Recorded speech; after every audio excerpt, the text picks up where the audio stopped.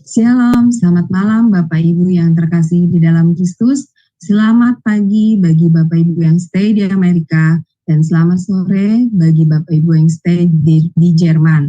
Selamat bertemu kembali pada kelas pembelajaran firman Tuhan di Sema Adonai pada hari Jumat 8 Maret 2024. Yang malam ini kita akan mempelajari tentang materi teka-teki spiritual yang menggugah kesadaran. Tema yang sangat menarik ya Bapak Ibu untuk kita pelajari dan ketahui.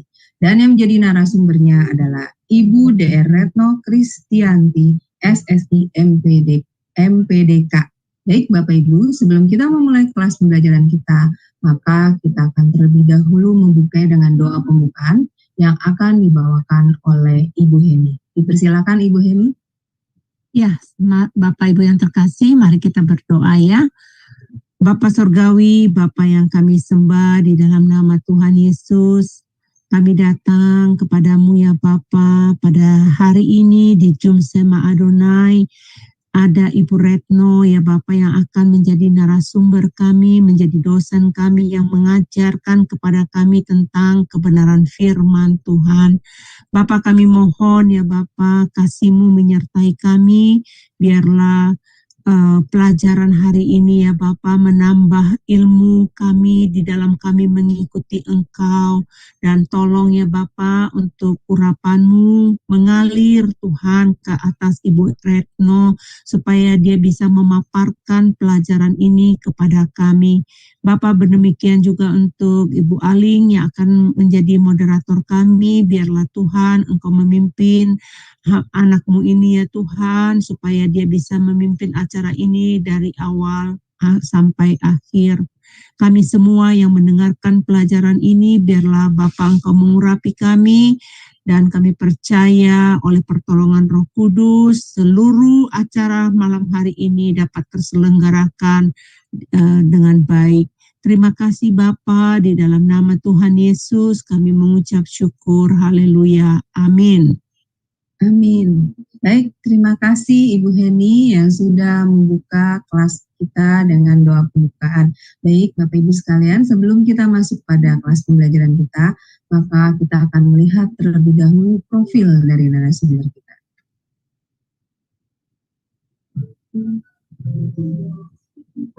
Silakan Ibu Heni. Iya, Shalom Bapak Ibu yang terkasih. Ibu Retno ya baru pertama sekali dia mengajar di Jum Sema Adonai ini. Oleh karena kasih anugerah Tuhan, dia dikenalkan oleh partner kerjanya, dosen juga yang mengajar di sekolah ya, sama-sama mereka dulu sebagai pengajar. Sampai saat ini juga Ibu Retno masih aktif. Nah Bapak Ibu, inilah profil pembicara kita hari ini, namanya Dr. Retno Kristianti. Wah, namanya bagus sekali Bu, Retno Kristianti, SSI ya, dia bagian saintis ya ini ya, dan dia juga Master PDK, pelajaran pendidikan Kristen ya. Nah, dia beralamat di Cimahi, dan tanggal lahirnya itu dia tanggal 26 Februari tahun 1980, masih muda banget dari saya nih. Nah, tapi ilmunya lebih tua dari saya nih, Ibu ini lebih banyak pendidikannya. Nah, kemudian pendidikannya ini dari S1 Kimia MIPA. Wow, Universitas Jenderal Ahmad Yani di Bandung di tahun 2002 ya. Dan S2-nya berpendidikan agama Kristen, Sekolah Tinggi Teologi Baptis Bandung tahun 2011. Nah, S3-nya Teologi Pendidikan Agama Kristen, Institut Kristen Borneo tahun 2017. Wah, Ibu ini gemar belajar nih ceritanya ya. Baik, untuk selanjutnya.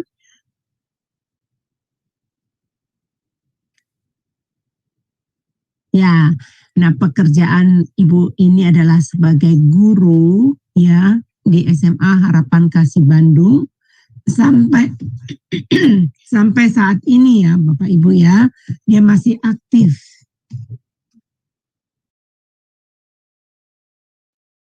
Dan kemudian guru PAK SMP Negeri 45 Bandung tahun 2016 sampai saat ini masih aktif. Nah, dosen STT Baptis dari Bandung, di Bandung ya, Baptis Bandung 2011 sampai 2021. Nah, dia juga sampai saat ini dosen Stampin Majalengka dari tahun 2023 sampai sekarang. Nah, pelayanan Ibu Retno adalah di Gereja Baptis Indonesia Cimahi bidang sekolah minggu dan musik gereja. Nah, Gereja Kristen Indonesia pembicara sekolah minggu. Kemudian Gereja Injili Indonesia bidang sekolah minggu. Nah, demikian profil dari Ibu Retno supaya kita kenal dia, siapa dia, dan sekarang kita akan menikmati pelajaran ya. Saya kembalikan kepada Ibu Aling. Iya, baik, terima kasih Ibu Heni untuk pemaparan dari profil pembacaan dari profil Ibu Retno. Baik, Bapak Ibu, saya akan menyapa terlebih dahulu narasumber kami. Shalom, selamat malam Ibu Retno. Halo, selamat malam. Selamat malam Shalom, Ibu, semua. bagaimana kabarnya? Semoga selalu luar biasa dan sehat selalu ya Ibu. Amin, selalu luar biasa di dalam Tuhan. Amin, amin. Baik Ibu, saya akan serahkan waktu dan tempat selanjutnya kepada Ibu. Dipersilakan Ibu. Baik, terima kasih Bu Aling, terima kasih juga Ibu Heni. Shalom semua, salam kenal. Ini luar biasa, pekerjaan Tuhan itu memberikan kesempatan kepada saya. Dan ini memang pertama kali saya dikenalkan dengan Sema Adonai. Saya berharap bisa terus, ya tidak berhenti sampai di sini, kita bisa terus belajar bersama mengenai firman Tuhan begitu ya. Jadi kemarin salah satu kawan tadi sudah disampaikan oleh Ibu Henry yang sama-sama kita belajar bersama, melayani bersama di salah satu sekolah teologi, menyampaikan untuk apakah bisa menyampaikan untuk belajar nih malam ini gitu ya. Memang agak kaget juga sebetulnya ya media, tapi saya percaya dengan pertolongan Tuhan, pertolongan Roh Kudus akan menolong kita semua untuk kita semua belajar bersama.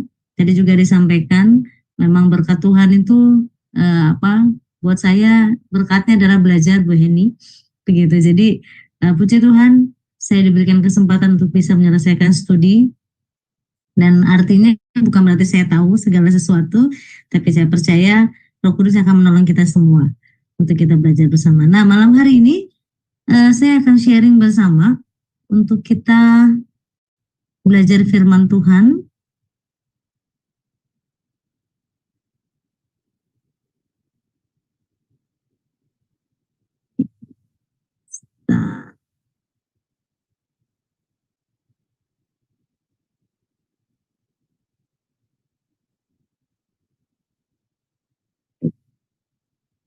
Tadi sudah disampaikan bicara tentang teka-teki spiritual. Teka-teki spiritual yang menggugah kesadaran.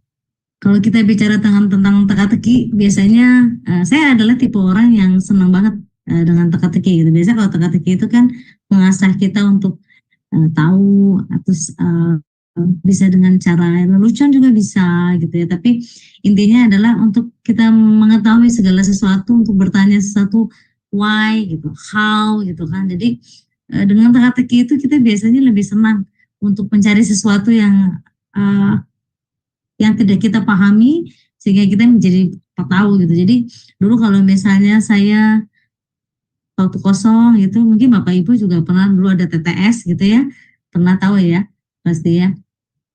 Jadi di dalam TTS itu kita mengisi bisa angka, bisa juga huruf-huruf atau apapun gitu ya, kata-kata, bangsa atau nama apapun gitu. Nah, jadi teka-teki ini luar biasa gitu, menolong kita untuk bisa akhirnya yang tidak tahu menjadi tahu gitu ya. Ada banyak pengetahuan yang bisa kita temukan dalam teka-teki itu, baik yang serius maupun yang tidak serius gitu ya. Gitu. Jadi menarik sekali ketika belajar atau tentang bermain dengan teka-teki ini. Nah, pada malam hari ini saya ingin mencoba gitu. Ingin mencoba untuk kita ingin tahu nih, ada apa nih dengan spiritual gitu ya? Ada apa dengan strategi di balik spiritual? Ada apa dengan spiritual itu gitu? Sehingga dengan spiritual itu bisa menggugah kesadaran kita gitu. Ya, jadi ada apa dengan spiritual ini? Bagaimana supaya kita bisa disadarkan? Gitu. Nah ini jadi pertanyaan yang seringkali menjadi pertanyaan bagaimana kita mempunyai hubungan, gitu ya, mempunyai hubungan karena spiritual itu bicara tentang sebuah hubungan, gitu ya. Nanti kita akan belajar lebih dalam lagi, lebih banyak lagi mengenai spiritual ini. Mungkin Bapak dan Ibu pernah nonton nih di YouTube, gitu ya, unboxing gitu ya, atau dapat mystery box gitu. Terkadang di dalam mystery box ini kan kita nggak pernah tahu nih apa isinya gitu ya.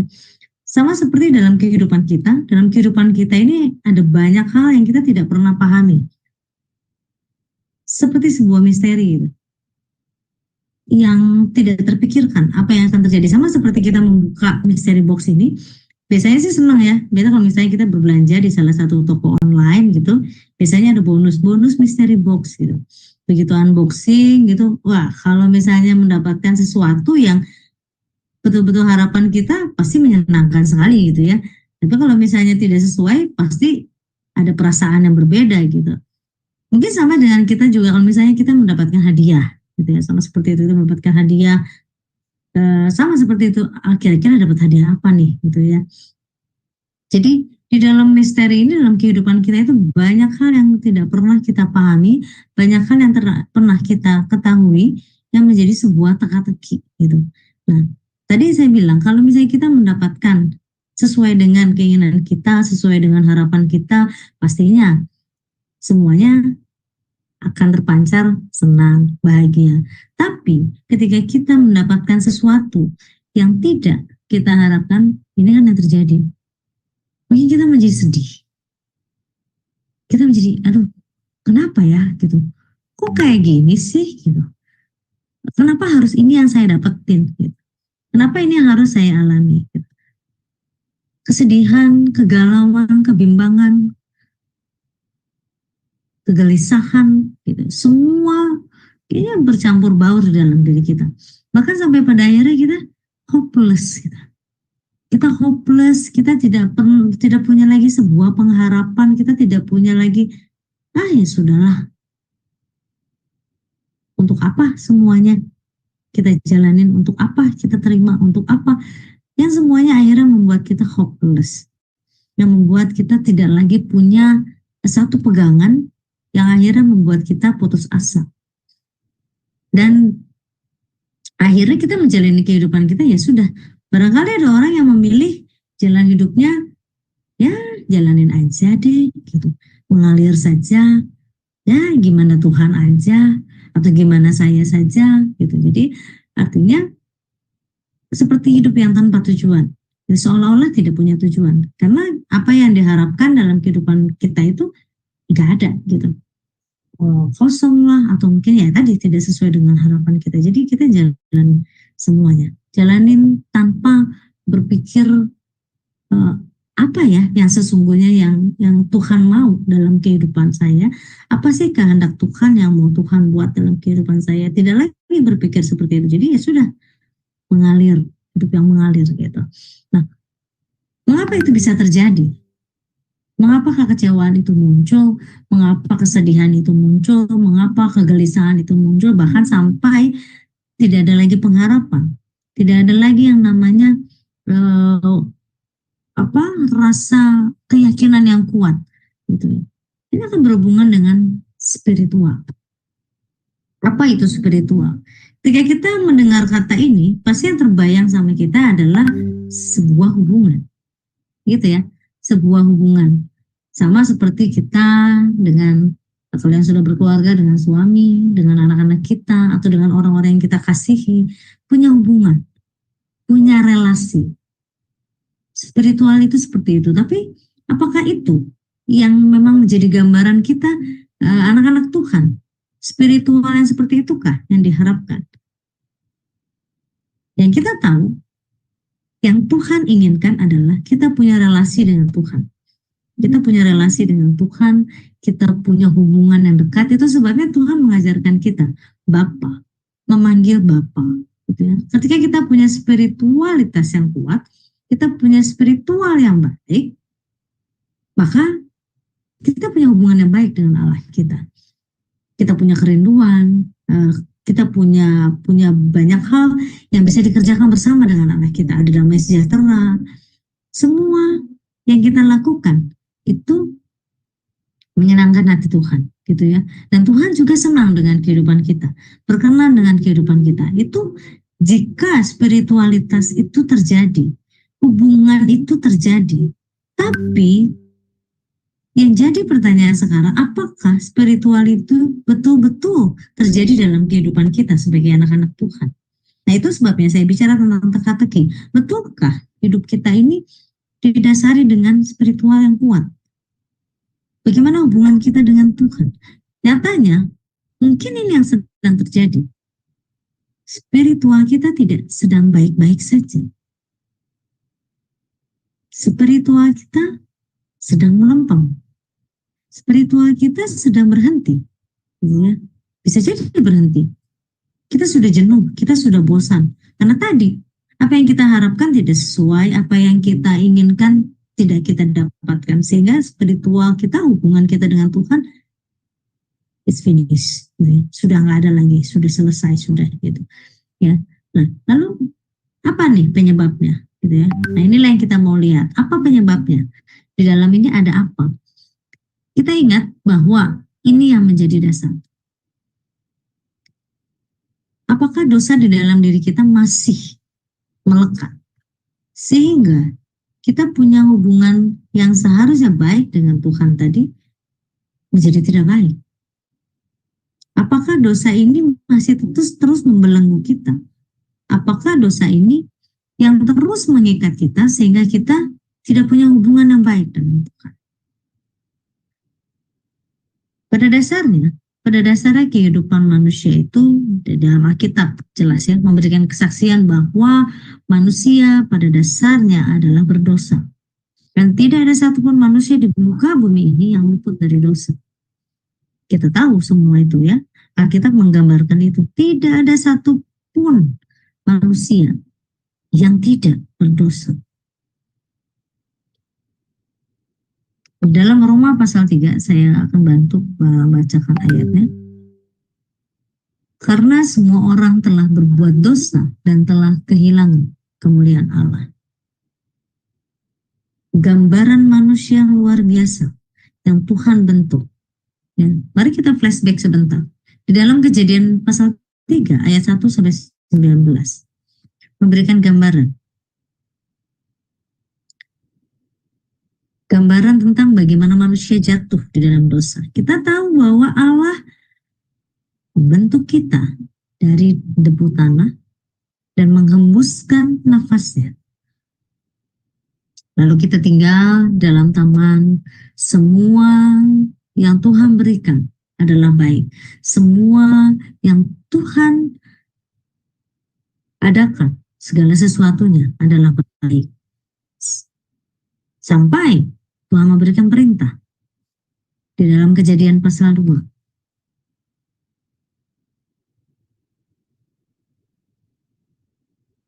Kejadian pasal 2 ayat 9. Lalu Tuhan Allah menumbuhkan berbagai-bagai pohon dari bumi yang menarik dan yang baik untuk dimakan buahnya, dan pohon kehidupan di tengah-tengah taman itu, serta pohon pengetahuan tentang yang baik dan yang jahat. Tuhan menempatkan pohon di tengah taman itu. Pohon pengetahuan, pohon yang baik, dan pohon yang jahat. Tapi ternyata Tuhan memberikan perintah.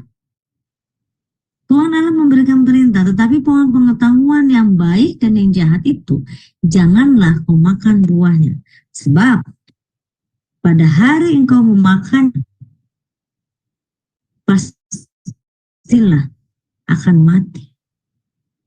Sangat jelas perintah yang diberikan oleh Tuhan kepada manusia pada saat itu. Janganlah kau makan Tetapi kita lihat respon yang diberikan manusia, ciptaannya. Dia memakan buah itu. Dan ketika Allah datang mencari mereka, ada rasa ketakutan. Mereka bersembunyi. Mereka bersembunyi dari dosa yang mereka lakukan. Kemudian kita tahu akibat dari dosa itu sendiri, mereka akhirnya disuruh pergi, keluar dari Taman Eden. Kita semua tahu cerita ini, jadi saya tidak akan menggambarkan detail mengenai ini. Ya, gambaran tentang manusia jatuh di dalam dosa ini gambaran yang tidak bisa kita pungkiri, bahwa Allah sudah memberikan perintah dan ternyata manusia memilih untuk tidak melakukan perintah itu. Jadi ketika kita bicara tentang hakikat dosa adalah bahwa Adam dan Hawa tidak menaati perintah Allah. Mereka ingin menjadi sama dengan Allah. Sama seperti yang dikatakan oleh ular itu. Yaitu jika mereka makan dari buah itu, mereka akan menjadi sama dengan Allah. Dan ternyata apa? Yang dikatakan oleh ular itu salah. Lalu apa akibat yang mereka dapatkan? Ya, ketika kita bicara tentang dosa, pemberontakan itu muncul. Pemberontakan manusia melawan Allah dan melawan kehendaknya. Manusia ingin jadi sama. Salah satu aspek yang menonjol dari dosa adalah mementingkan diri sendiri. Jadi lebih mengarah apa yang menjadi keinginan diri sendiri. Ya, itu yang terjadi. Lalu kita tahu akibat dari dosa. Menjadi jurang, menjadi pemisah antara kehidupan manusia dan kehidupan Allah yang sudah Allah berikan. Manusia berada pada tebing kematian. Sedangkan di dalam Allah ada kehidupan, tetapi karena ada dosa, itu menjadi pembatas.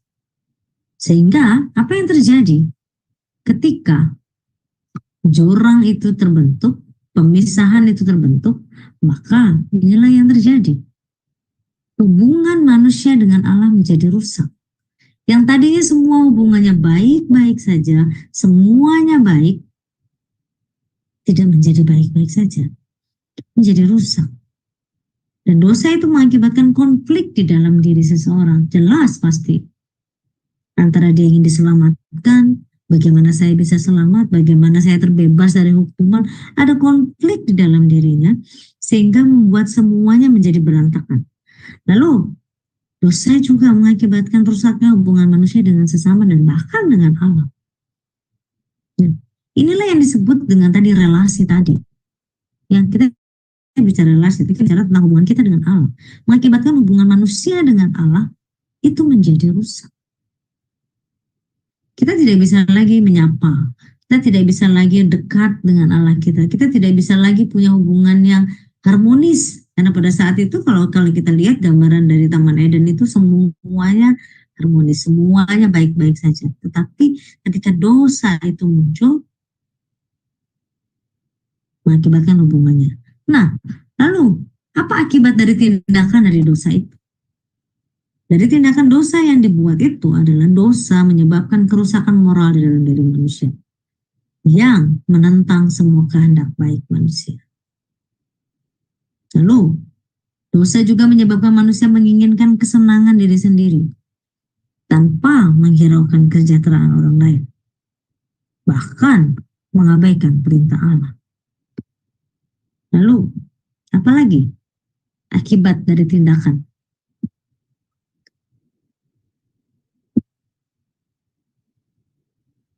Dosa membuat manusia menolak untuk tunduk kepada Allah dan juga firman Allah. Kita bisa lihat di dalam Roma pasal yang pertama.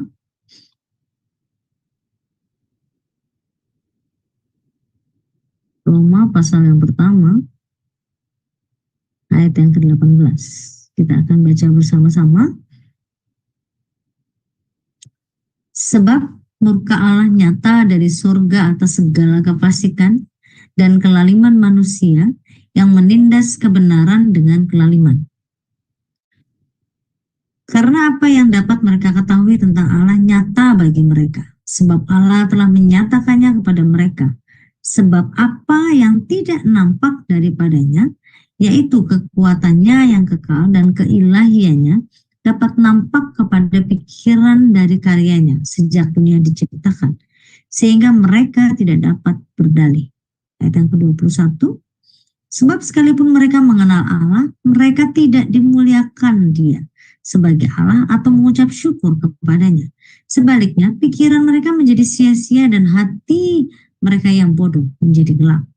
Ayat 22, mereka berbuat seolah-olah mereka penuh hikmat, tetapi mereka telah menjadi bodoh. Ayat 23, mereka menggantikan kemuliaan Allah yang tidak fana dengan gambaran yang mirip dengan manusia yang fana, burung-burung, binatang-binatang yang berkaki 4 atau binatang-binatang yang menjalar. 24, karena itu Allah menyerahkan mereka kepada keinginan hati mereka akan kecemaran, sehingga mereka saling mencemarkan tubuh mereka. Sebab mereka menggantikan kebenaran Allah dengan dusta, dan memuja dan menyembah makhluk dan dengan melupakan penciptanya yang harus dipuji selama-lamanya. Kita lihat di sini ada banyak hal yang dilakukan oleh manusia. Tidak lagi tunduk kepada Allah, tidak lagi mengikuti apa yang menjadi kehendak Allah. Semua yang dilakukan adalah kehendak manusia. Digambarkan juga di dalam Roma pasal yang ke-8. Kita lihat Roma pasal yang ke-8 pun mengatakan hal yang sama. Roma pasal 8 ayat yang ke-7 dikatakan bahwa sebab keinginan daging adalah perseteruan terhadap Allah, karena ia tidak takluk kepada hukum Allah. Hal ini memang tidak mungkin baginya menjadi seteru Allah. Luar biasa ya, tindakan dari dosa ini membuat kita betul-betul tidak lagi bisa berhubungan baik dengan Allah kita. Ya. Roma pasal 5, ayat yang ke-10. Sebab jikalau kita ketika masih seteru diperdamaikan dengan Allah oleh kematian anaknya, lebih-lebih kita yang sekarang telah diperdamaikan pasti akan diselamatkan oleh hidupnya. Ketika masih seteru, artinya kita masih berselisih dengan Allah kita. Ya. Kolose pasal yang pertama.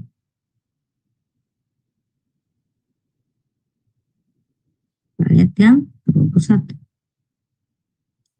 Juga kamu yang dahulu hidup jauh dari Allah dan yang memusuhinya dalam hati dan pikiran seperti yang nyata dari perbuatanmu yang jahat.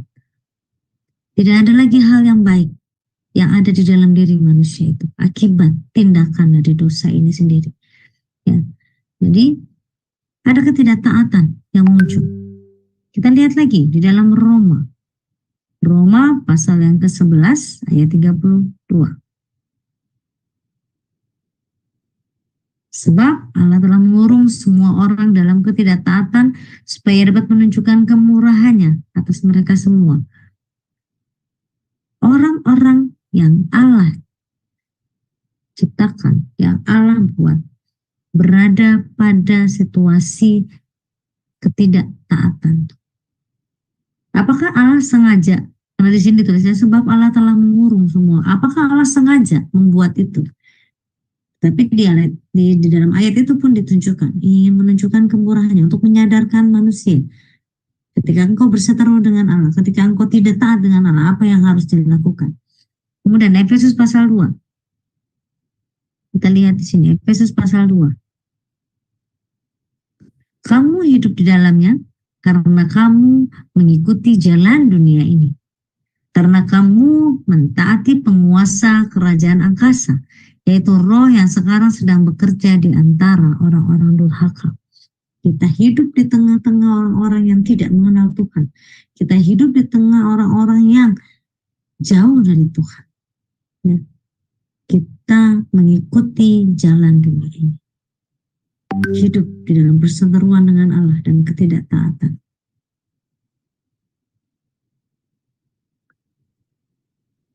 Janganlah kamu disesatkan di dalam Efesus 5 ayat 6. Janganlah kamu disesatkan orang dengan kata-kata yang hampa, karena hal yang demikian mendatangkan murka Allah atas orang-orang durhaka. Jelas sekali di sini dikatakan akibat dari tindakan dosa ini membuat kita betul-betul menjadi seteru Allah, sehingga mendatangkan murka Allah. Lalu, dosa juga merupakan kuasa yang memperbudak dan juga merusak. Roma pasal 3. Dalam Roma pasal yang ketiga, ayat yang ke-9. Jadi bagaimana? Adakah kita mempunyai kelebihan daripada orang lain? Sama sekali tidak. Sebab di atas telah kita tuduh baik orang Yahudi maupun orang Yunani bahwa mereka semua ada di bawah kuasa dosa. Kita diperbudak oleh dosa. Kita ada di dalam kuasa dosa itu. Dalam Roma pasal 6 ayat yang ke-12.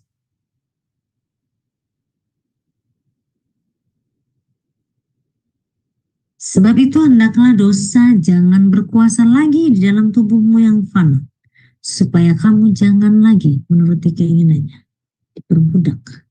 Diperbudak di dalam dosa itu sendiri. Ya. 7 ayat 14. Roma 7 ayat 14. Sebab kita tahu bahwa hukum Taurat adalah rohani, tetapi aku bersifat daging, terjual di bawah kuasa dosa. Satu lagi ditunjukkan dalam Galatia 3. Galatia pasal yang ketiga.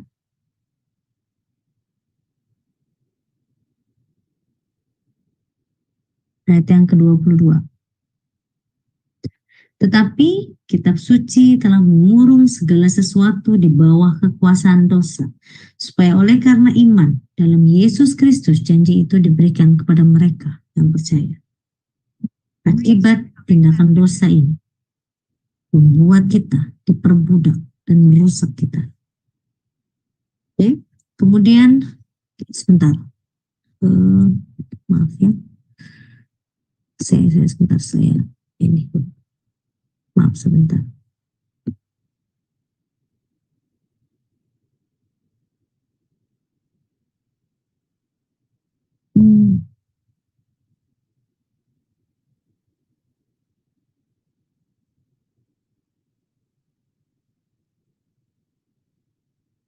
Ada yang mengganggu tadi itunya, jadi saya minta maaf sebentar, saya harus oke. Sebentar ya Bu, saya minta maaf supaya tidak terganggu dengan suara. Gitu. Iya, baik Ibu.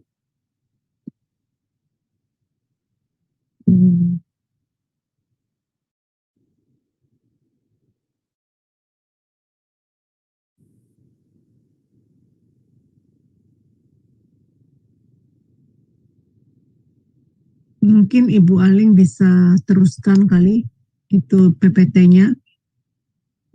Apa mau saya teruskan Ibu? Nggak apa-apa Bu, sebentar. Iya.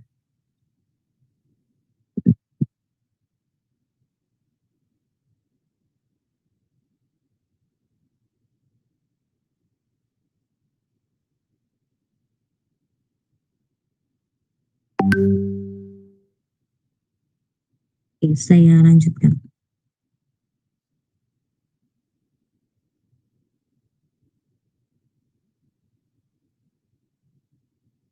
Oke, sudah muncul ya?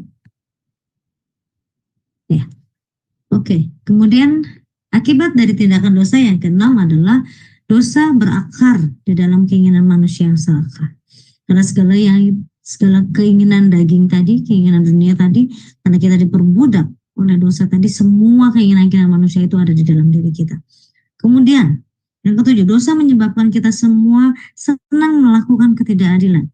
Ya, ada banyak hal yang terjadi dalam kehidupan sekarang ini, apalagi banyak hal ya yang terjadi dalam kehidupan saat ini, pemulihan ya, itu ya, banyak yang kita lihat itu sudah tidak lagi menganggap nyawa manusia itu berharga. Itu ngeri sekali ya kalau itu sampai terjadi, rasanya mengerikan gitu ya. Nah, ini karena dosa ini sudah membelenggu kita sehingga itu yang terjadi. Lalu dosa memasuki umat manusia melalui Adam. Kita lihat tadi ya, karena ada dosa turunan itu, dosa turunan yang membuat kita akhirnya punya warisan dosa itu. Di dalam Roma pasal yang kelima,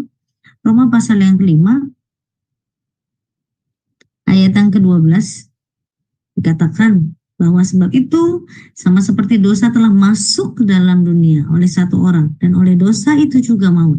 Demikianlah maut itu telah menjalar kepada semua orang karena semua orang telah berbuat dosa. Dari satu orang akhirnya kita semua berdosa. Dosa mempengaruhi semua orang. Dosa mengakibatkan hukuman ilahi dan mendatangkan kematian. Kita tahu ya, Roma 6 ayat 23 ini ayat yang sudah sangat sering kita dengar. Upah dosa ialah maut. Kita bicara lagi-lagi hubungan kita yang tidak baik, yang muncul sehingga merusak. Ya. Lalu bagaimana? Bagaimana kita sebagai manusia? Manusia membutuhkan kasih karunia Allah. Tujuannya adalah supaya diampuni dan diselamatkan.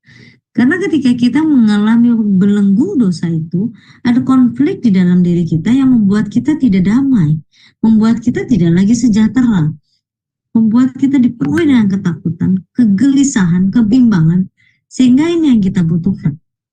Kita butuh kasih karunia Allah. Lalu apakah mungkin bisa manusia menghapuskan semua dosa-dosa itu? Apakah mungkin manusia bisa melakukan? Ada banyak hal yang kita bisa tahu. Ada beberapa ajaran-ajaran yang bisa mengatakan bahwa ya kamu akan bisa diselamatkan jika kamu berbuat baik pada banyak orang, jika kamu beramal banyak hal, jika kamu melakukan, intinya semua perbuatan didasarkan pada perbuatan-perbuatan. Namun apakah itu bisa? Apakah itu bisa menolong kita untuk punya spiritual tadi? Rasanya manusia tidak punya. Dan manusia itu tidak berdaya. Manusia tidak akan sanggup melakukan itu. Manusia adalah manusia yang terbatas. Manusia saja diberikan roh oleh Allah. Diberikan nafas kehidupan oleh Allah. Bukan berarti kita sama dengan Allah. Ya. Hanya Allah yang dapat menolong manusia keluar dari dosanya. Hanya Allah sendiri yang dapat memadamkan pemberontakan itu melalui pengampunan dan keselamatan di dalam diri Yesus Kristus itu. Ada aksi yang akan diberikan. Ada karya yang harus dilakukan oleh Allah untuk menolong manusia. Lalu bagaimana cara Allah? Dia mengirim anaknya. Satu-satunya.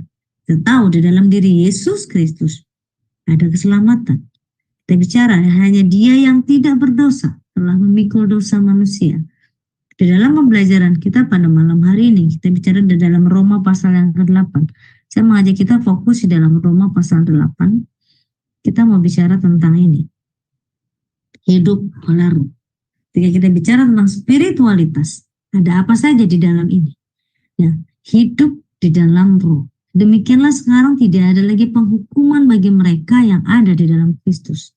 Karena dia yang sudah menggantikan kita, dia yang sudah mati buat kita, disalibkan, menggantikan kita yang harusnya dihukum, sudah tidak ada lagi penghukuman buat kita. Dia sendiri yang memikul hukuman itu. Oleh karena itu tidak ada alasan bagi manusia untuk kita tidak lagi mengakui dosa-dosa kita. Tidak ada lagi alasan kita sebagai manusia untuk tidak bertobat. Tidak ada alasan yang kita untuk menunda-nunda. Ya, ntar dulu deh. Belum waktunya. Belum saatnya. Sering kita mendengarkan itu. Banyak orang yang masih menunda-nunda. Banyak orang yang masih belum siap untuk saya bertobat. Belum siap. Mungkin untuk mengaku dosa, mungkin bisa sampai tahap itu. Tapi tidak sampai pada pertobatan. Inilah yang ditekankan di dalam Roma pasal 8. Ini akan kita bahas bersama, nanti sharing bersama, diskusi bersama. Ya, setelah apa yang saya paparkan ini, kita mau melihat di dalam spiritualitas itu sesungguhnya ada apa. Ketika kita tahu di dalam diri kita ada dosa itu, mau diapakan dosa kita? Apakah dibiarkan saja tetap membelenggu kita, atau kita pelihara di dalam kehidupan kita, atau kita melepaskan? Karena sebetulnya itu harusnya sudah lepas. Ketika Yesus mati di kayu salib, itu sudah lepas.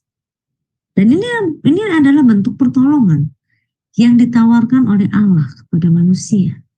Ketika kita ditawarkan sesuatu, apalagi sesuatu yang baik, pastinya kita tidak akan menolak, gitu ya. Tidak ada satupun orang yang ditawarkan sesuatu yang baik menolak, gitu ya. Jadi ini tawaran yang diberikan oleh Allah.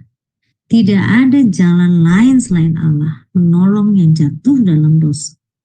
Karena waktu kita masih lemah, Kristus telah mati untuk kita. Orang-orang durhaka pada waktu yang ditentukan Allah. Dan tetapi Allah menunjukkan kasih-Nya kepada kita. Oleh karena Kristus telah mati untuk kita ketika kita masih berdosa. Wow, sungguh luar biasa ya Allah buat ya. Untuk memperbaiki hubungan yang tadi, yang seharusnya kita yang memperbaiki relasi yang sudah rusak, yang kita rusak sendiri oleh manusia itu, tetapi Allah sendiri yang berinisiatif untuk mau membereskan spiritual ini, membereskan hubungan ini, dan satu-satunya adalah Dia mati untuk kita. Bahkan sampai saat ini barangkali ya, kayak ditulis, ketika kita masih berdosa.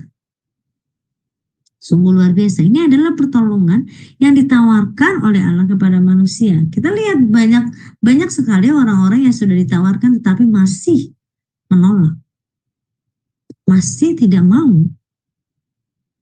percaya tentang kematian Kristus. Banyak orang yang masih meragukan. Sungguhkah Kristus itu bisa menolong saya? Masih banyak orang yang betul-betul memiliki iman yang penuh dengan keraguan-raguan.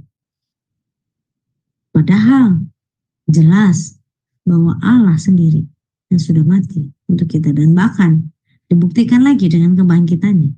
Kita tahu di hari yang ketiga Allah bangkit, di hari yang ketiga Allah hidup, dan tidak berhenti sampai di situ. Dia menunjukkan kepada semua orang, dia menunjukkan kepada murid-muridnya bahwa dia mengalahkan maut. Dan itu adalah bukti iman yang luar biasa yang buat kita semakin kita yakin. Lalu bagaimana dengan tawaran ini?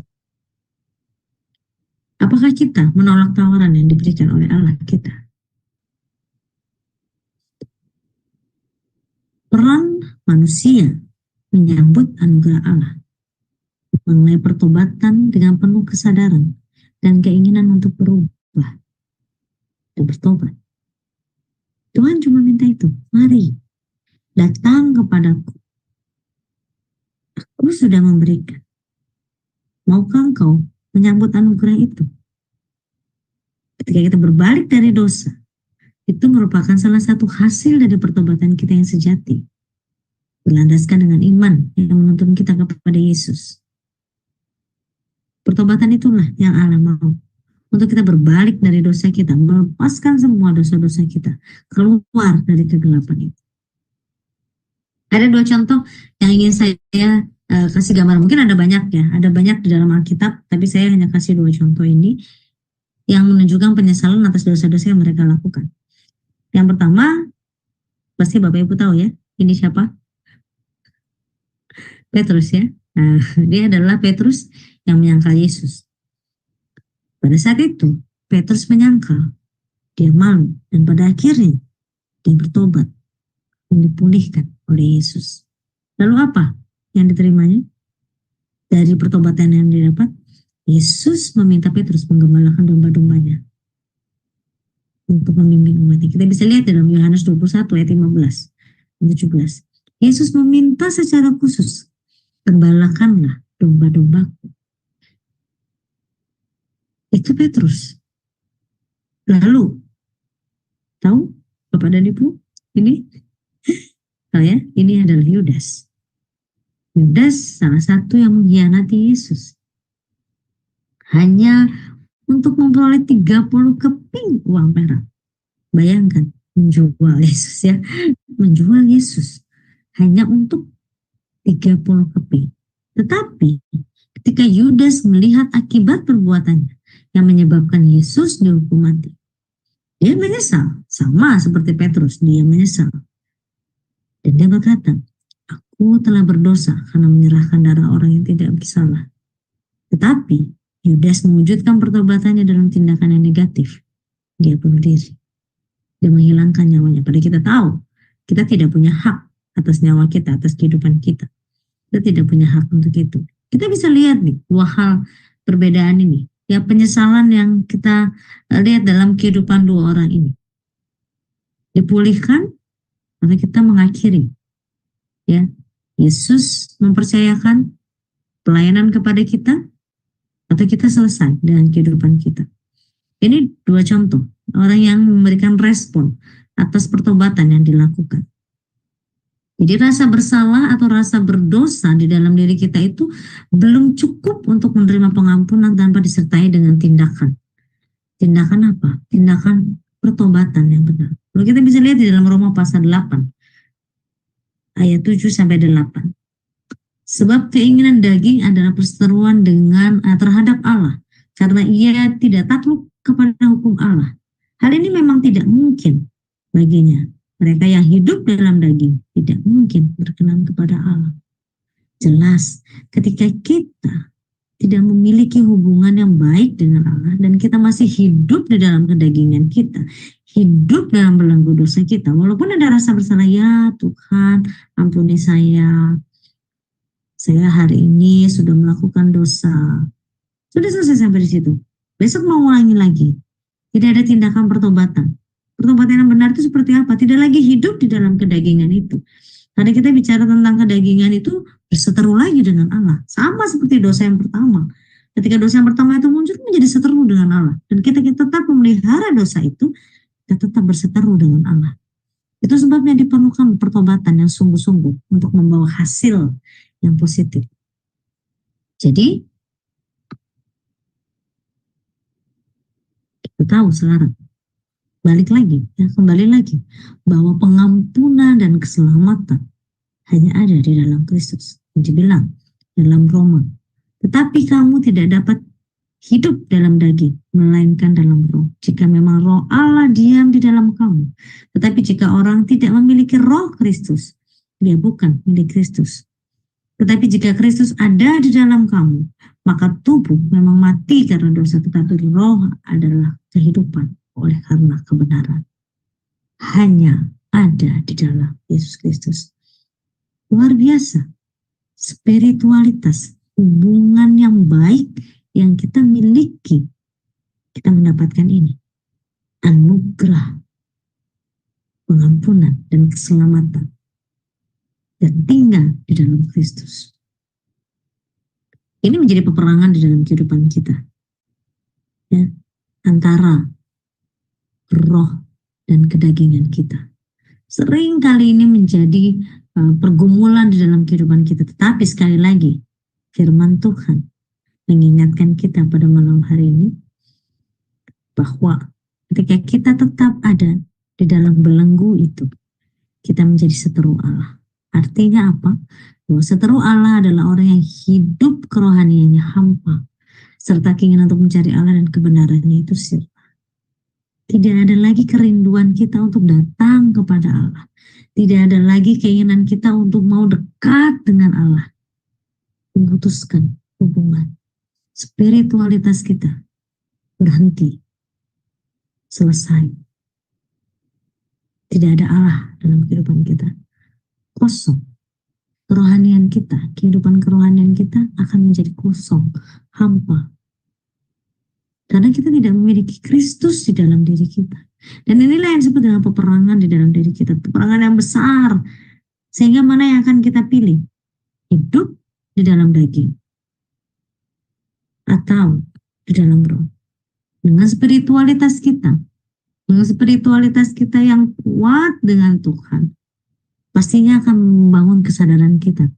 Bahwa mana yang akan kita pilih? Hidup oleh daging atau hidup oleh roh. Pastinya ketika kita memiliki hubungan yang baik, kesadaran kita akan muncul bahwa saya mau hidup di dalam roh. Karena Kristus ada di dalam diri kita. Dan jika roh Dia ada di dalam diri kita, yang telah membangkitkan Yesus dari antara mati diam di dalam kamu, maka Ia yang telah membangkitkan Kristus akan menghidupkan tubuh kita yang fana ini. karena rohnya ada di dalam diri kita. Membangunkan roh kita dengan hubungan kita yang kuat, dengan hubungan kita yang baik, dan hidup di dalam roh. Ayat 12, Roma 8 ayat 12 dikatakan.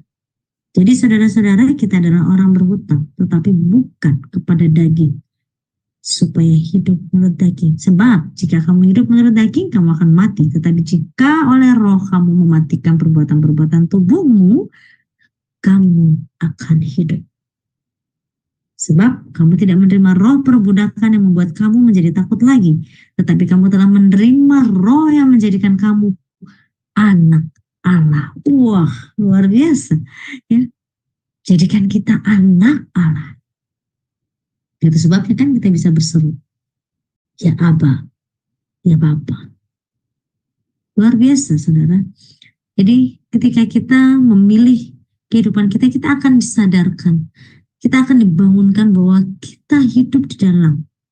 Ya. Ini menjadi pilihan kita.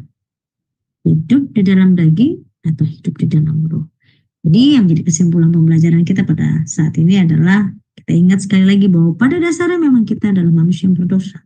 Namun kita tahu manusia tidak dapat menolong dirinya untuk mendapatkan keselamatan. Hanya Allah yang mampu memberikan keselamatan itu kepada manusia. Allah memberikan keselamatan melalui pengorbanan Yesus Kristus di kayu salib. Dan respon yang dapat kita berikan, kita perbaiki spiritualitas kita, perbaiki hubungan kita, dan mulai hidup di dalam roh. Itu pembelajaran kita pada saat ini, dan biarlah kita semua boleh terus diberikan kerinduan untuk terus punya hubungan yang dekat dengan Tuhan kita. Sehingga tadi kita berbicara tentang teka-teki spiritual tadi, kita sudah mulai memahami bahwa yang Allah mau adalah bahwa kita hidup sesuai dengan kehendak Tuhan. Tidak lagi terbelenggu di dalam dosa kita, tidak lagi hidup di dalam dosa kita, tidak lagi diperbudak oleh dosa kita, tetapi kita hidup di dalam roh.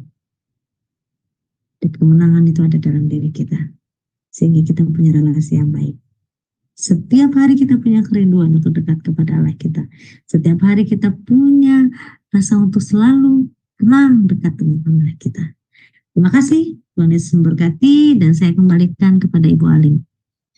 Ya, baik, terima kasih Ibu Retno, luar biasa untuk pemaparan materinya malam ini ya Bu. Baik Bapak Ibu sekalian, sebelum kita masuk pada sesi tanya jawab dan diskusi, maka saya akan terlebih dahulu membacakan acara-acara Sema Adonai ke depannya. Sebentar ya. Ya, baik. Ya, baik Bapak Ibu. Setelah kelas pembelajaran kita ini, ya nanti di pukul 21.00 waktu Indonesia Barat, masih ada kelas pembelajaran firman terakhir di Sema Adonai. Kali ini mengenai materi sejarah penebusan, sudah masuk buku seri kelima ya Bapak Ibu. Dan ini adalah sesi pertama dari buku sejarah penebusan seri kelima, yang temanya adalah silsilah dan perjanjian.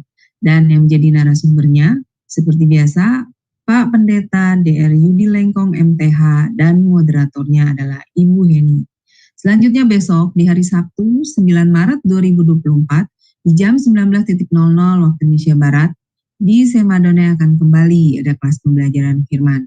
Dan kali ini temanya adalah Die for Yourself. Dan yang menjadi narasumbernya adalah Pastor Lalu Pausen, dan moderatornya adalah Ibu Aling, saya sendiri. Kemudian di hari yang sama, di hari Sabtu, di jam 21.00 waktu Indonesia Barat, masih ada kelas pembelajaran firman yang terakhir Bapak Ibu. Dan kali ini temanya adalah rancangan keselamatan sebelum penciptaan.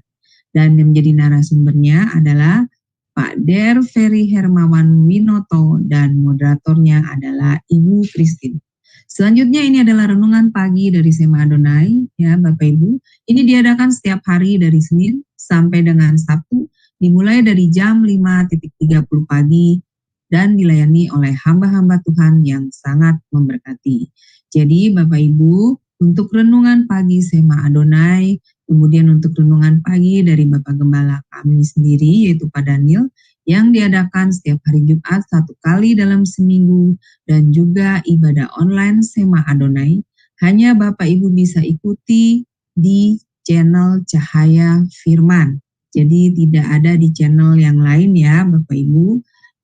Jadi bagi Bapak Ibu yang belum mensubscribe channel baru kami, yaitu channel Cahaya Firman, tolong subscribe channel baru kami ya Bapak Ibu. Jadi Bapak Ibu sehingga bisa mengikuti keseluruhan acara dari channel-channel Cahaya Firman yang tidak ada di channel lain. Dan tolong bantu juga Bapak Ibu untuk men-share pada yang lain, sehingga semakin banyak juga orang yang bisa mengikuti keseluruhan acara-acara Sema Adonai yang diadakan di channel Cahaya Firman. Dan sekaligus juga membantu channel kami untuk semakin berkembang dan menjadi berkat lagi bagi banyak orang.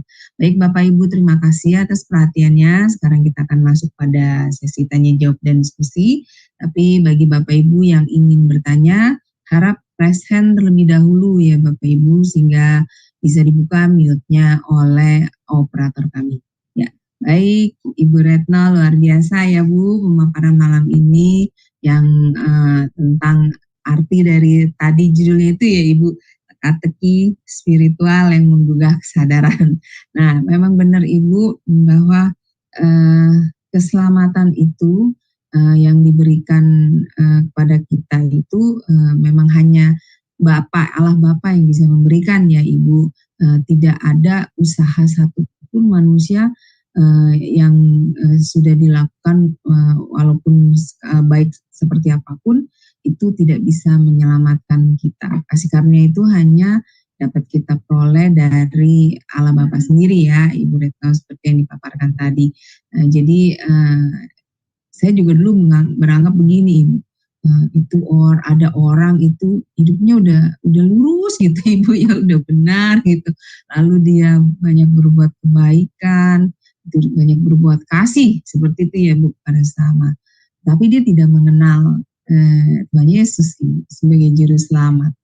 Nah, melalui pemaparan Ibu malam ini, saya jadi mengerti ya Bu bahwa walaupun orang itu berbuat baik seperti apapun, tetapi dia belum menerima Yesus sebagai juru selamat, ya dia tetap adalah sebagai orang yang bernatur dosa ya dia. Berarti seperti itu ya pemaparannya, tetap dia adalah manusia yang tetap berdosa di mata Tuhan berarti ya Ibu. Nah, ini juga saya mau menanyakan mengenai mengalahkan kedagingan itu Ibu. Ya, tadi Ibu memaparkan tentang bagaimana mengalahkan kedagingan. Nah, Ibu tadi kan dikatakan bahwa kita harus hidup di dalam roh, bukan menuruti kedagingan kita. Nah, ini Ibu banyak anak-anak Tuhan yang belum memahami ya Ibu mengenai hal ini. Ya, mereka biasanya hanya sampai di titik percaya, lalu setelah menerima Tuhan Yesus sampai di titik hanya percaya Ibu. Nah, mereka sendiri sebenarnya belum paham bagaimana hidup di dalam roh dan kebenaran. Jadi mereka masih mengenakan manusia lamanya ya Ibu seperti itu. Nah, Ibu bisa memaparkan lebih detail lagi Ibu, bagaimana kita hidup mengalahkan kedagingan kita itu bagaimana Ibu? Ya, silakan Ibu Retno. Ya, baik. Terima kasih buat pertanyaannya. Tidak mudah ya menjawabnya, gitu ya. Iya, tapi memang itu seringkali menjadi kendala gitu ya, karena kita roh itu kan digambarkannya abstrak gitu ya. Sulit sekali untuk kita bisa tahu seperti apa sih bentuknya. Bahkan kita sendiri Allah juga kan sebetulnya kalau misalnya mudah kan abstrak gitu kan, tetapi kita bisa merasakan Allah itu seperti apa. Nah, roh itu adalah bagian dari Tuhan yang kita tahu gitu kan. Itu tidak terlepas dari yang namanya Tritunggal gitu kan. Kita bicara tentang Allah, Yesus, dan juga tentang roh. Nah, artinya ketika kita bicara tentang hidup di dalam roh itu artinya juga kita hidup di dalam Tuhan. Nah, ada banyak yang dituliskan di dalam firman Tuhan sebetulnya yang sangat sederhana adalah taat. kita bicara tentang ketaatan. Nah, tentang ketaatan ini kan banyak gitu ya. Kalau misalnya contoh kecil, seberapa sering kita mengutamakan Tuhan dalam kehidupan kita. Apalagi sekarang dunia digital nih ya, ini tantangan juga nih dunia digital ya. Apa status kita itu ya? Bangun tidur langsung buka status gitu, gitu ya. Itu menjadi tantangan di dalam kehidupan kita juga gitu. Apakah ketika kita buka mata Tuhan yang kita cari atau handphone kita yang kita cari atau apa gitu. Karena itu ketika kita bicara tentang ketaatan itu kan artinya kita mau datang dulu kepada Tuhan. Yang paling sederhananya adalah kita mengucap syukur kepada Tuhan. Mengucap syukur bahwa saya masih diberikan kesempatan, saya masih diberikan kepercayaan untuk menjalani hidup ini gitu kan. Itu jadi intinya yang pertama adalah bicara tentang ketaatan kita. Nah, ketaatan ini menjalankan apa ya? Perintah Tuhan. Perintah Tuhan taunya ada di mana? Ya di dalam Alkitab. Jadi kalau bisa dibilang seberapa sering kamu baca Alkitab?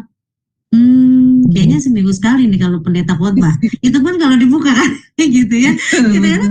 Itu juga kan jadi ini juga gitu ya. Tapi kalau kita mau membentuk spiritual tadi gitu ya, hubungan tadi.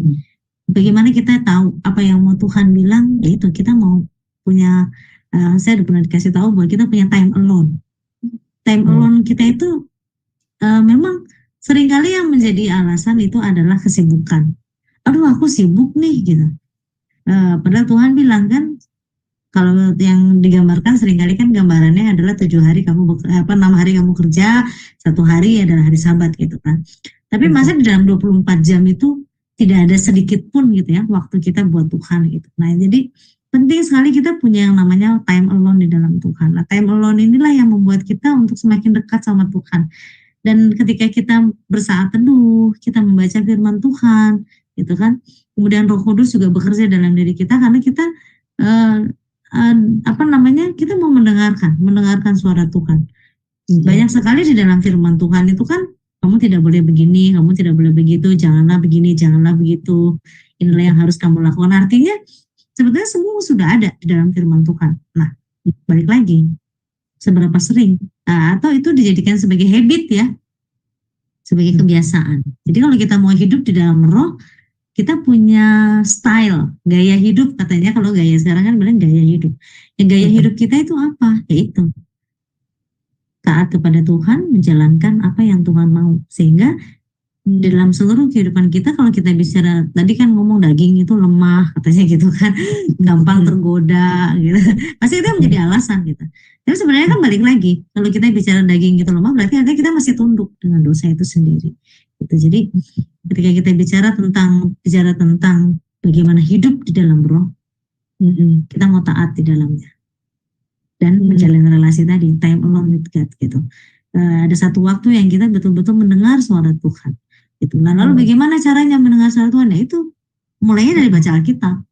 Gitu. Kalau kita nanti bertanya lagi, kalau nggak ngerti gimana gitu kan ya. Udah baca Alkitab nggak ngerti gitu katanya gitu ya.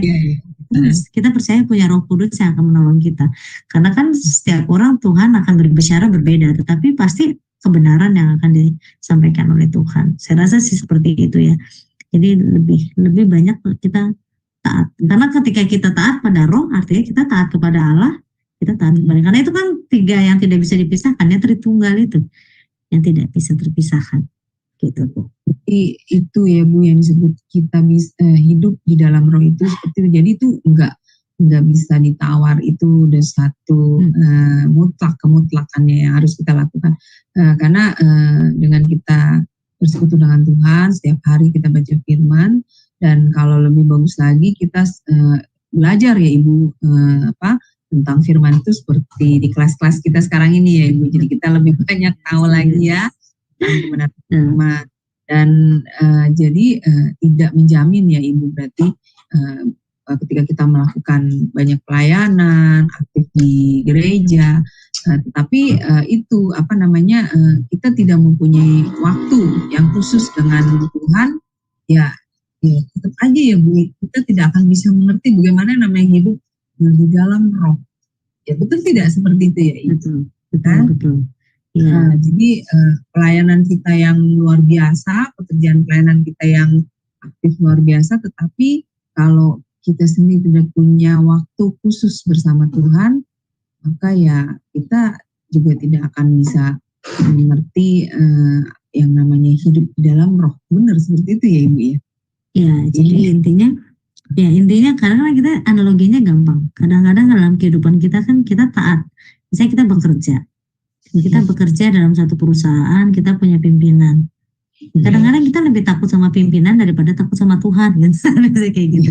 Kita lebih taat sama aturan manusia, tapi kita tidak taat pada aturan Tuhan. Sebenarnya sederhana gitu. Tapi kalau kita memprioritaskan Tuhan dalam kehidupan kita, ya Tuhan pasti nomor satu. Ketika kita bicara ketaatan, ya otoritas kita adalah otoritas Tuhan, gitu. Jadi betul tadi disampaikan, kalaupun kita pelayanan sehebat apapun tanpa pimpinan roh, itu kan jadinya nanti akhirnya kesombongan rohani dalam diri kita. Jadinya kita yang menonjol, bukan Allah kita yang dibanggakan. Jadi bukan Allah kita yang muncul, tetapi diri kita yang muncul di situ. Itu, oh kamu hebat ya, oh kamu luar biasa. Jadi bukan Allah yang luar biasa. Jadi Allah yang tidak bisa dirasakan. Padahal kan kalau kita lihat kehidupan Tuhan Yesus, pengajarannya kan ada transformasi dalam pengajaran yang diberikan oleh Tuhan Yesus ya, itu berdampak gitu. Nah itu kan yang seharusnya terjadi sehingga mereka kenal dan ingin tahu siapa sih Yesus itu gitu. Nah itu tujuannya adalah itu. Tapi kalau tidak sampai itu terjadi berarti ya belum gitu. Artinya belum sampai. Motivasinya balik lagi jadi motivasinya Ibu jadi yang melenceng ya, karena kita tidak mempunyai relasi yang baik dengan Tuhan. Jadi kita melakukan pelayanan tapi kita hampa, berarti itu spiritualnya sama ya, seperti itu ya? Tadi seperti itu ya. Jadi seolah-olah hanya mengandalkan diri kita sendiri saja gitu.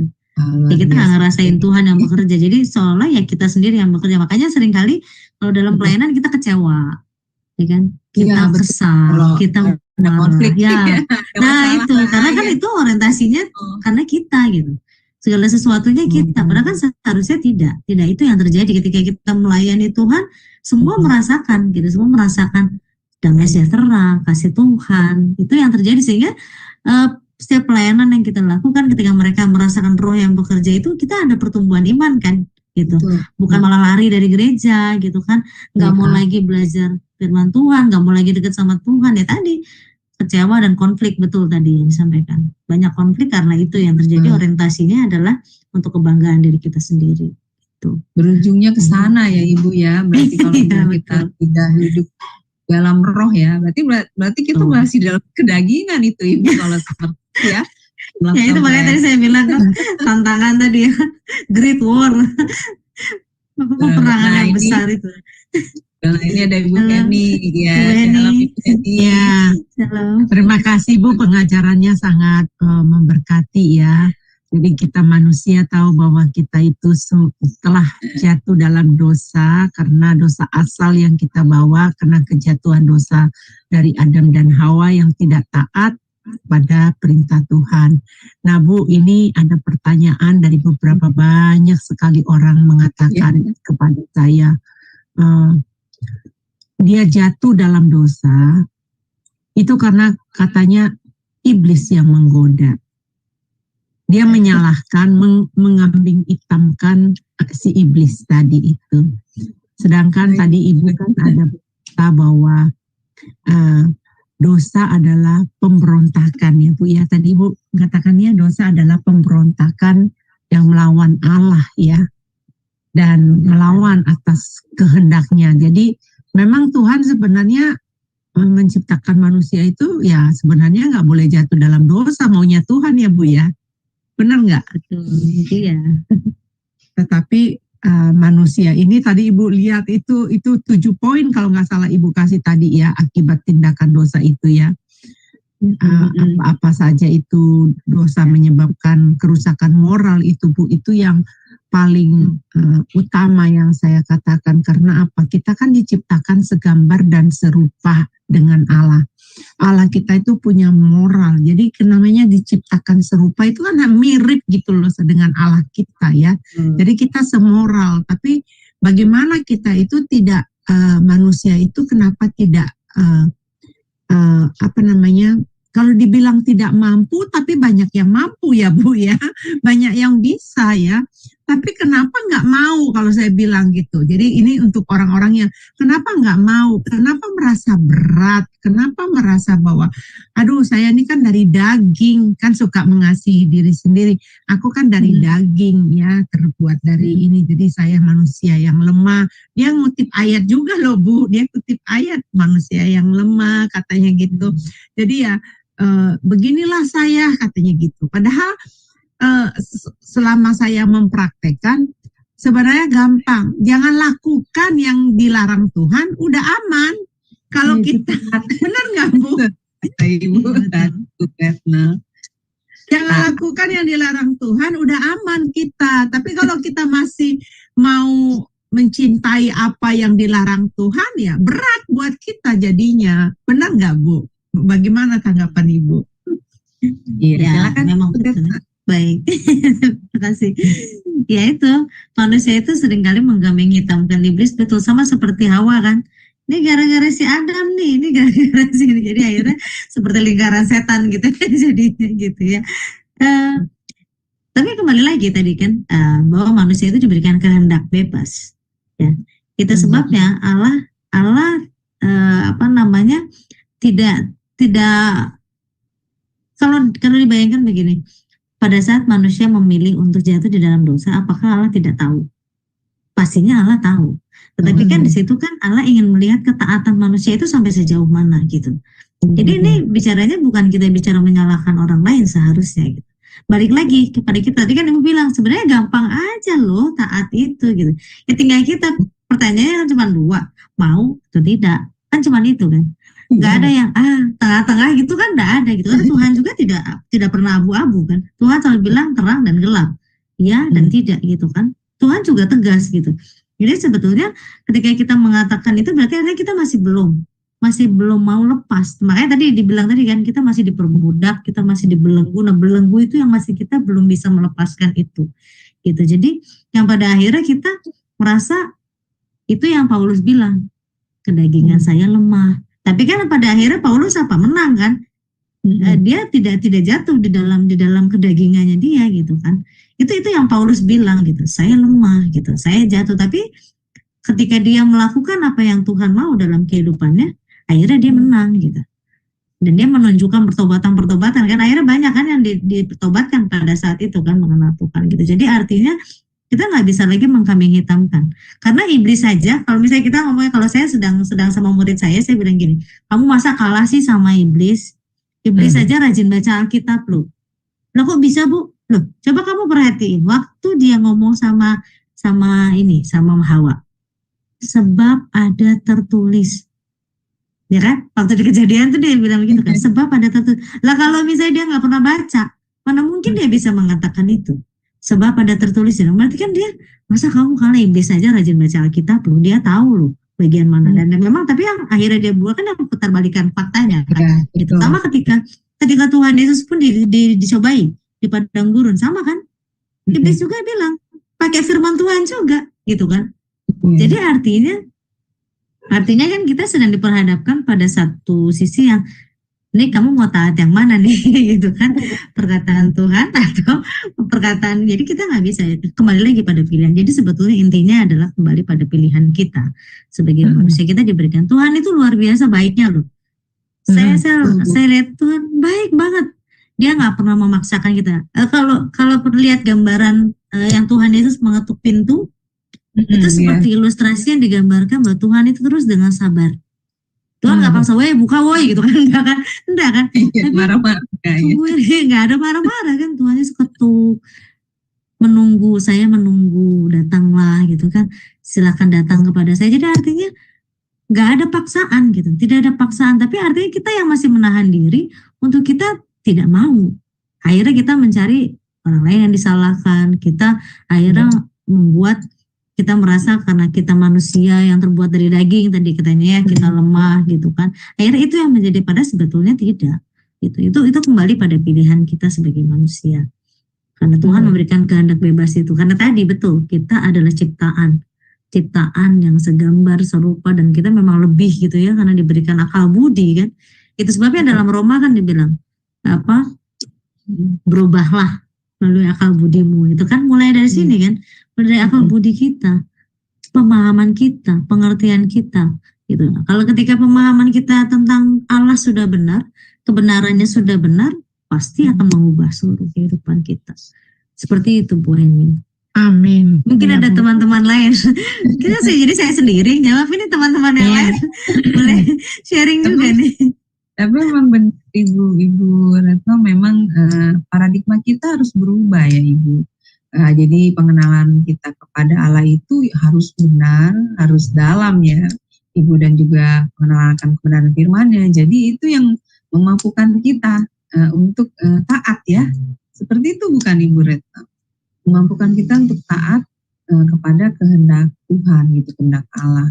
Karena paradigma yang sudah berubah, benar ya Bu Heni, paradigma yang sudah terbentuk oleh kebenaran firman gitu. Kayak selain kita membaca firman, kita juga harus sebenarnya jadi murid ya Bu Heni, belajar banyak firman Tuhan.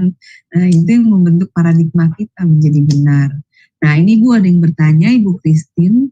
Ya, Ibu Christine bertanya begini, Bu, bagaimana tanggapan Ibu saat ini orang-orang lebih gampang kalut ataupun kebingungan, bahkan kehilangan dengan sinyal internet daripada takut kehilangan hubungan dengan Tuhan? Iya benar itu. Contohnya seperti 2 hari kemarin saya sebentar ya Ibu. Saya kemarin saat Facebook dan IG hilang, orang-orang langsung khawatir, katanya. Sungguh sangat kalah jika kita bandingkan dengan kehilangan hubungan dengan Tuhan, katanya. Saran dan masukan juga tanggapannya. Nah iya, ini benar Ibu. Ini benar juga teknologi sekarang ini. Betul sekali. Kita lebih sedih kehilangan handphone daripada kehilangan Tuhan. Lebih khawatir kehilangan dibilangnya daripada kehilangan hubungan dengan Tuhan. Waduh. Ya ini benar banyak yang di kehidupan sekarang ini seperti ini Bu Retno. Nah, bagaimana tanggapan Ibu mengenai hal ini ya? Silakan Ibu. Ya. Baik, terima kasih Bu Aling. Itu betul ya. Memang kita tidak bisa pungkiri dunia digital. Tadi kan saya juga sudah mengawali kan, di dunia digital itu memang menjadi tantangan terberat. Bahkan kita mungkin Alkitab saja sekarang sudah tidak sentuh lagi. Ya kan, kita sudah pakai Alkitab gitu ya. Jadi handphonenya kuno sekarang gitu ya, bukan Bible lagi, yang bukan Holy Bible lagi, tapi handphone yang holy gitu kan. Tapi memang itu Tuhan juga nggak marah dengan hal itu gitu ya, selama kita masih tetap menjalin hubungan dengan Tuhan, karena itu bisa Tuhan pakai juga untuk kita mencari Tuhan. Nah sebetulnya seperti itu. Jadi sekarang kita diberikan akal budi, balik lagi tadi kan. Bukan teknologi yang mempengaruhi kehidupan kita, tetapi kita yang seharusnya bisa mengendalikan itu, gitu. Jadi kita harusnya tidak takut dengan kehilangan itu, tetapi bagaimana ketika kita kehilangan keselamatan itu yang perlu kita takutkan, gitu. Jadi tipsnya ya kita mesti balik lagi sama komitmen kita. Komitmen kita sama ketika kita mau terima Tuhan, kita percaya kepada Tuhan, itu apa yang menjadi komitmen awal kita. Kalau komitmen awal kita adalah kita mau hidup di dalam Dia, kita mau, ya yang paling gampangnya adalah kita punya waktu buat Tuhan. Itu tadi ya, seperti tadi ya, bersaat teduh, bersekutu. Kalau itu menjadi prioritas kita, apapun yang kita hilang dalam dunia itu, kita nggak akan khawatir lagi. Karena memang semua yang ada dalam dunia ini juga memang sifatnya sementara semua ya, gitu ya. Nggak ada yang sifatnya kekal gitu. Jadi apakah kita mau mempertahankan sifat yang sementara itu? Gitu. Jadi balik lagi sama kita. Jadi tipsnya adalah kita kembali pada komitmen kita. Ketika kita percaya kepada Tuhan, apa yang mau kita buat? Apakah Tuhan menjadi prioritas kita atau kehidupan kita yang menjadi prioritas? Itu. Jadi menurut saya sih memang itu tantangan terberat. Kita nggak pernah bisa. Kita mendingan ketinggalan dompet gitu kan, ketinggalan apa daripada ketinggalan handphone gitu. Kayaknya nyawanya ada di situ gitu. gitu. Tapi itu mengerikan sebetulnya. Tapi suatu saat nanti tuh pasti akan hilang, karena kan yaitu teknologi manusia akan semakin berkembang. Apalagi nanti akan ada chip lagi kan. Chip itu nanti yang ditempel ya di otak kita lah atau apalah gitu. Karena sudah mulai nih sekarang kan, chip-chip itu sudah mulai gitu. Nah tapi satu lagi, kembali lagi, kalau menurut saya kita tidak perlu megang apa yang tidak kekal gitu, karena kekekalan itu cuma ada dalam Tuhan Yesus gitu. Kekekalan dan keselamatan itu kehidupan kita hanya di dalam Tuhan Yesus. Jadi kalau masih ada orang yang takut masih ada orang yang apa tadi yang seperti tadi itu, berarti artinya dia prioritas dia bukan Tuhan. Gitu. Iya, betul sekali. Kecuali misalnya, oh ya hubungan relasi saya, pelayanan saya di situ semua gitu. Misalnya itu jadi alasan saya kayak gitu. Kan ada itu grup PA saya di situ semua gitu ya. Iya. Tapi kan ya itu kita masih bisa dengan cara yang lain gitu. Jadi jangan pernah takut dengan hal-hal yang sifatnya tidak kekal. Kalau menurut saya sih seperti itu. Jadi tetaplah mencari hubungan yang kekal bersama dengan Tuhan, dan balik lagi dengan komitmen kita, bagaimana kita menjalani kehidupan kita yang mau dipimpin oleh Tuhan. Itu sih kalau menurut saya. Luar biasa. Iya, benar Ibu Retno bahwa kita jangan takut akan hal-hal yang bersifat tidak kekal ya Ibu. Selama kita mengikuti yang kita ikuti adalah yang kekal, yaitu Tuhan kita, maka semuanya akan beres, bukan ibaratnya seperti itu ya Bu ya. Jadi hal-hal yang tidak kekal itu ya tidak usah dikhawatirkan gitu. Selama yang kita ikuti itu adalah Allah yang kekal. Jadi dia yang akan membereskan segalanya ya Ibu berarti ya. Untuk hal-hal yang seperti itu pasti akan selalu ada jalan keluarnya. Apalagi nanti kita masuk ketika kita akan masuk pada masa-masa sulit ya Ibu Retno. Nah itu yang harus kita pertemuan adalah hubungan kita dengan Allah kita sendiri. Iya, baik Ibu Heni, bagaimana? Apakah ada tambahan? Ya, nggak ada tambahan lagi. Ya. Iya. Luar biasa pemaparan malam ini ya Ibu Retno. Ya baik, kalau begitu kita tutup ya Ibu Heni ya. Ya. Ibu Retno, kelas kita ini luar biasa ya Ibu. Terima kasih untuk pemaparan Ibu bagi kami semua. Semoga ini menjadi berkat bagi kita semua, bagi Bapak Ibu yang berada di dalam room ini, di kelas ini, ataupun yang mendengarkan di live YouTube. Baik, Ibu bisa closing statement untuk pemaparan Ibu tadi, dan Ibu bisa tutup dengan doa bagi kami semua. Terima kasih Ibu Retno, Tuhan berkati. Jadi jalinlah hubungan yang baik, bentuklah spiritualitas yang baik dengan Tuhan, sehingga kita tahu dengan natur kita yang penuh dengan dosa ini, kita yakin Tuhan sudah tebus, Tuhan sudah bayar lunas, dan tinggal memberikan respon kita untuk mau dipimpin oleh Roh.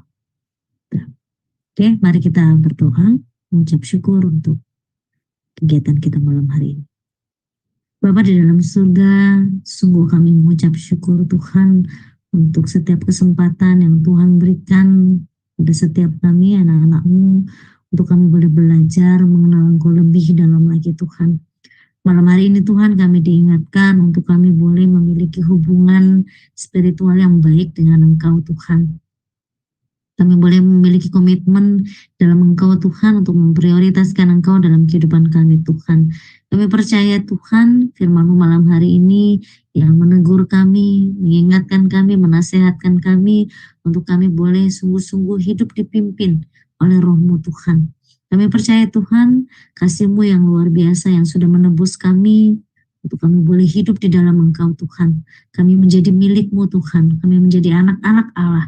Terima kasih Tuhan Yesus, tolong mampukan kami Tuhan dalam kami menjalani kehidupan kami sehari-hari, untuk kami boleh terus berpegang kepada Engkau, kami boleh terus mau Tuhan untuk terus dipimpin oleh Roh Kudus-Mu Tuhan, sehingga hidup kami boleh berkenan kepada Engkau Tuhan, hidup kami boleh terus menyenangkan hati Tuhan dan seturut dengan kehendak-Mu Tuhan. Kami mengucap syukur Tuhan untuk Sema Adonai ini Tuhan yang Tuhan percayakan untuk kami boleh belajar bersama, untuk kami boleh menggali kebenaran firman-Mu, dan terlebih lagi Tuhan kami boleh mengenal Engkau lebih dalam lagi Tuhan. Dalam Engkau mau pakai Sema Adonai ini Tuhan menjadi saluran berkat-Mu Tuhan. Berdoa untuk setiap anak-anak-Mu yang terlibat di dalamnya. Berdoa untuk Ibu Heni, Ibu Alin, dan semua Tuhan, pembicara-pembicara yang Tuhan pakai. Biarlah Tuhan berkati seluruh kehidupan mereka. Berkati setiap pelayanan yang mereka lakukan Tuhan. Sehingga hanya nama Tuhan yang boleh dimuliakan. Kami percaya Tuhan, Kau akan menolong terus Tuhan untuk setiap program-program yang dibuat ini boleh memenangkan banyak jiwa-jiwa Tuhan. Kami mengucap syukur Tuhan sekali lagi untuk semua yang Tuhan sudah berikan. Dan kami mau menutup kegiatan kami ini Tuhan, Kami percaya Tuhan, hanya Roh-Mu Tuhan, damai sejahtera-Mu Tuhan yang akan terus menyinari setiap kami Tuhan, menyertai kehidupan kami dari sekarang sampai selama-lamanya. Dalam nama Tuhan Yesus, Juru Selamat kami yang hidup, kami akan doa dan ucapan syukur kami. Amin. Amin. Ya, baik. Terima kasih Ibu Retno untuk pelayanan yang luar biasa bagi kami. Semoga Ibu selalu diberi kesehatan dan juga pelayanannya diberkati Tuhan lebih dan lebih lagi menjadi berkat bagi banyak orang. Amin. Baik Bapak Ibu, setelah kelas ini masih ada kelas lanjutan ya. Di pukul 21.00 waktu Indonesia Barat, yaitu kelas sejarah penebusan. Jadi Bapak Ibu tetap stay bersama kami untuk belajar kembali tentang materi sejarah penebusan ya Bapak Ibu.